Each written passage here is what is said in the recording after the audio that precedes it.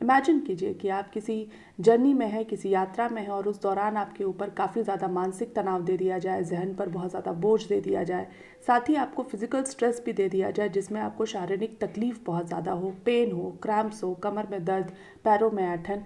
इस तरीके की तकलीफ के साथ क्या कोई यात्रा आप कर सकते हैं?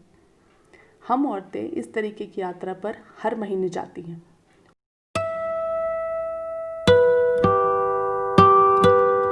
वेलकम बैक टू हीलिंग वेदा। अपने आज के इस वीडियो में बात करने वाली हूँ आपसे वुमेन हेल्थ के एक बहुत ही इंपॉर्टेंट टॉपिक के ऊपर।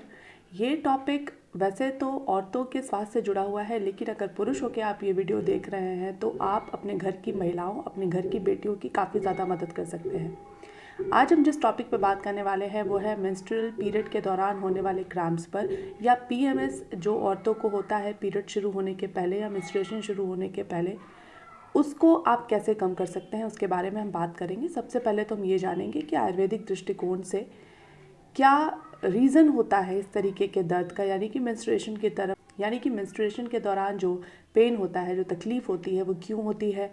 मेंस्ट्रुएशन शुरू होने के जस्ट पहले के कुछ दिन जो होते हैं वो भी काफ़ी ज़्यादा दर्द वाले होते हैं महिलाओं के लिए। ऐसा क्यों होता है, क्या रीज़न बनता है आयुर्वेद के हिसाब से, उस पर हम बात करेंगे। आगे मैं आपको बताने वाली हूँ कि आपकी एम से जुड़े हुए यानी कि मेंसेस या मेंस्ट्रुएशन से जुड़े हुए इस दर्द का इलाज भी एम में ही छुपा हुआ है।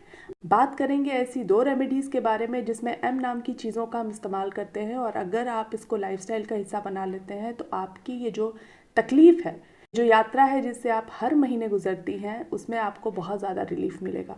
तो ये यात्रा इम्पॉर्टेंट भी बहुत ज़रूरी इस वजह से है क्योंकि इसी प्रोसेस की वजह से इस दुनिया को, इस संसार को उसकी आने वाली पीढ़ी मिलती है और आपके परिवार का वंश आगे बढ़ता है। इस तरीके की इन्फॉर्मेशन चाहे आप स्त्री हो चाहे आप पुरुष हो, हम दोनों के लिए काफ़ी ज़्यादा यूज़फुल होने वाली है। तो ज़रूर इस वीडियो को देखिएगा, पसंद आ जाए तो लाइक कीजिएगा, दूसरों में भी शेयर कीजिएगा ताकि दूसरों की भी मदद हो सके। और साथ ही साथ अभी तक चैनल को सब्सक्राइब नहीं किया है तो उस रेड सब्सक्राइब बटन को क्लिक करके चैनल को सब्सक्राइब ज़रूर कर लीजिएगा। आइए मेरे साथ आपको बताती हूँ कि क्यों इस तरीके की तकलीफ होती है। अगर आप कारण जान जाएंगे तो इलाज बहुत ही आसानी से आप खुद कर सकते हैं। वीडियो के लास्ट में मैं आपको बताऊंगी एम नाम की वो 2 चीज़ें जिनको अगर आप खाने की आदत लगा लेते हैं, ये एक हेल्दी ईटिंग हैबिट है, अगर आप इसको शामिल कर लेते हैं अपनी लाइफस्टाइल में तो आपको इस दौरान जो तकलीफ़ होती है उसमें काफ़ी ज़्यादा राहत महसूस होगी।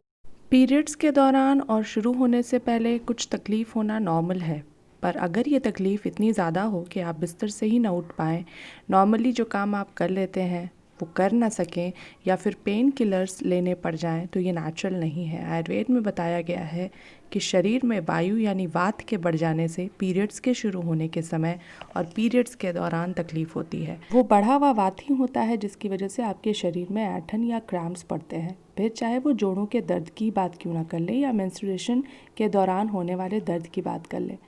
वात प्रकोप के 2 कारण होते हैं, जैसा कि आयुर्वेद में कहा गया है, मानसिक कारण मेंटल रीजंस और शारीरिक कारण यानी कि फिजिकल रीजंस। मेंटल कारण की अगर बात कर ली जाए तो बहुत ज़्यादा स्ट्रेस, बहुत ज़्यादा एंग्जाइटी होना और बहुत ज़्यादा क्रोध आना, ये मोटे मोटे तौर पर आप समझिए कि ये वो मानसिक कारण है जिसकी वजह से शरीर में वात बढ़ता है। फिज़िकल रीजंस की अगर बात कर ली जाए तो बहुत ज़्यादा फास्टिंग कर लेना या फिर बहुत ज़्यादा खा लेना, नींद पूरी नहीं होना, एक्सेसिव फिजिकल लेबर यानी कि शारीरिक श्रम बहुत ज़्यादा या फिर बिल्कुल भी शरीर से कोई भी श्रम नहीं करना, बहुत ज़्यादा कटु, तिक्त या कषाय रसों का उपयोग करना, यानी कि वो चीज़ें खाना जिनमें एसिडिक, एस्ट्रिंजेंट या फिर बिटर प्रॉपर्टीज़ होती हैं। ऐसे ही कुछ फूड आइटम्स के नाम आपको स्क्रीन पर दिख रहे होंगे जिसमें ये तीनों रस होते हैं, कटु, तिक्त और कषाय रस होते हैं, और अगर आप इन चीज़ों का बहुत अधिक मात्रा में सेवन करते हैं तो शरीर में वात बढ़ता है। बहुत ज़्यादा ठंडी चीज़ें भी अवॉइड करनी चाहिए, नहीं तो ये चीज़ें भी आपके शरीर में वात बढ़ाती हैं। यूँ तो 100 से भी ज़्यादा रीज़न्स होते हैं शरीर में वात के बढ़ने के, किसी और वीडियो में डिटेल में हम उस पर बात करेंगे। आज हम ये जान लेते हैं कि वो कौन से एम लेटर से शुरू होने वाली 2 चीज़ें हैं जिनको अगर आप अपने खाने में इंक्लूड कर लेते हैं तो आपको इस तकलीफ़ से, मेंस्ट्रुएशन या पीरियड्स के दौरान जो तकलीफ़ होती है उससे आप निजात पा सकते हैं, उसको आप कम कर सकते हैं। सबसे पहली जो चीज़ है वो है मेथी। मेथी होती है वात नाशक, ऐसा आयुर्वेद में कहा गया है। फाइबर रिच होती है तो कॉन्स्टिपेशन नहीं होने देती है, और कॉन्स्टिपेशन अगर इस दौरान आपको हो गया पीरियड्स या माहवारी के दौरान तो आपकी परेशानी बहुत ज़्यादा बढ़ जाएगी, तो ये वो नहीं होने देगा। इसके साथ साथ इसमें सैपोनिन्स और डायोसिजिनिन नाम के तत्व होते हैं जो स्टेरॉइड्स और एस्ट्रोजन की तरह ही काम करते हैं। एनाल्जेसिक प्रॉपर्टीज़ होती है इसमें, एंटी स्पाज्मोडिक प्रॉपर्टीज़ होती हैं, एंटी इन्फ्लामेटरी प्रॉपर्टीज़ होती हैं, और बहुत अच्छी मात्रा में एंटीऑक्सीडेंट्स भी पाए जाते हैं। महिलाओं में लो बीपी की शिकायत होती है तो ये जो चीज़ है वो आपकी लो बीपी की परेशानी को भी ठीक करेगा। अब मैं आपको बता दूं कि इसको आपको खाना कैसे है। तो तरह तरह के वीडियोस देख के आप प्लीज़ इसे चाय के जैसे या काढ़े के जैसे या चूरन के जैसे ना खाएं।